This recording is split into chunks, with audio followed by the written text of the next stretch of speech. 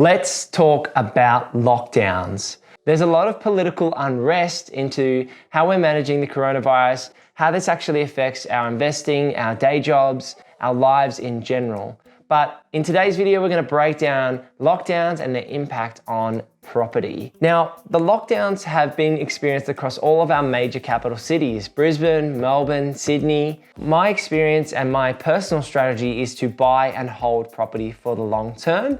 And therefore, I really think you should ignore the hype, the news, the talk about these lockdowns and how they're really going to affect the property market in the short term.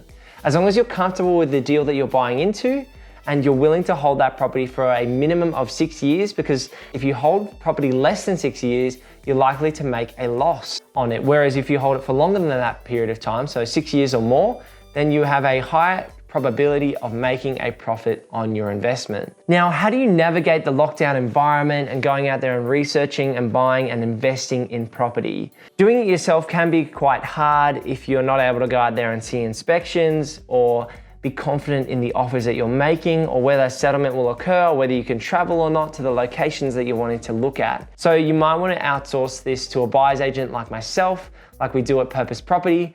Or if you want to go it alone, leverage off as many advisors as you can. So your accountant, your building and pest inspector, potentially your rental agent, all the advisors that you have in the property space, leverage their skills, expertise, and on the ground knowledge to get the most out of these lockdowns and to continue to invest and buy in the property market. Now, really, the lockdowns have shown a short-term blip on people being able to transact in property, but everyone is spending more time in their own home. They're spending more time looking at things online, being digital, being remote, and I think that this is going to continue into the near future.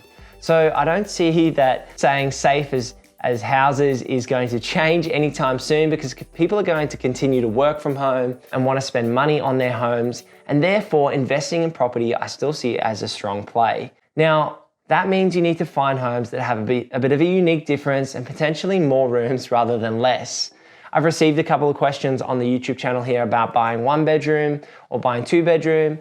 And I always recommend, if you can afford it, go for more space, because people are wanting study, gaming rooms, TV rooms, breakout space for the kids. People are looking for more space on their property because of the work from home change and because of the new lifestyle that people are living. You know, I can even imagine people wanting a home gym going forward, because you can't go to the gym right now and you need space to work out and exercise. You can go out for walks and things like that, which is nice, but there's going to be more demand for properties with more space. So when you're looking for property in this lockdown environment that we're in, properties with more space are going to be more sought after and therefore see more demand. Now, what's going to happen for the rest of 2021? I can't really see these lockdowns stopping anytime soon, as the vaccination rates continue to pick up. But as the vaccines continue to be rolled out and people continue to accept the vaccine, I still see lockdowns occurring if the coronavirus spreads throughout the communities.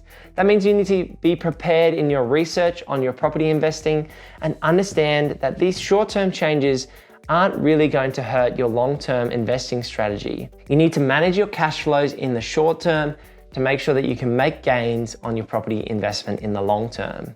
Now, I'm not sure if you're going for a capital growth or a cash flow strategy with your property investment. And as always, this video is not financial advice. Just be aware that you should be trying to make long-term plays and not jump in and out of markets quickly to try and make a quick gain off the back of the growth that we've had throughout 2021 so far.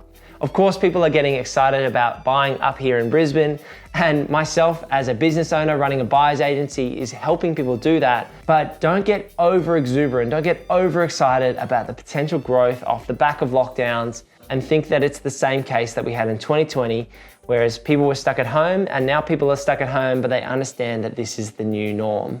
Now, COVID cases are going to continue to happen across Australia and across the world, but be comfortable that you're wanting to put your money to work and not let inflation eat your money's value away over time.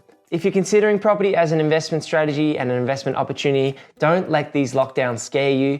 Continue to look and invest in property that makes sense for you. And check out this video over here if you're looking for more things on renovations and property investing.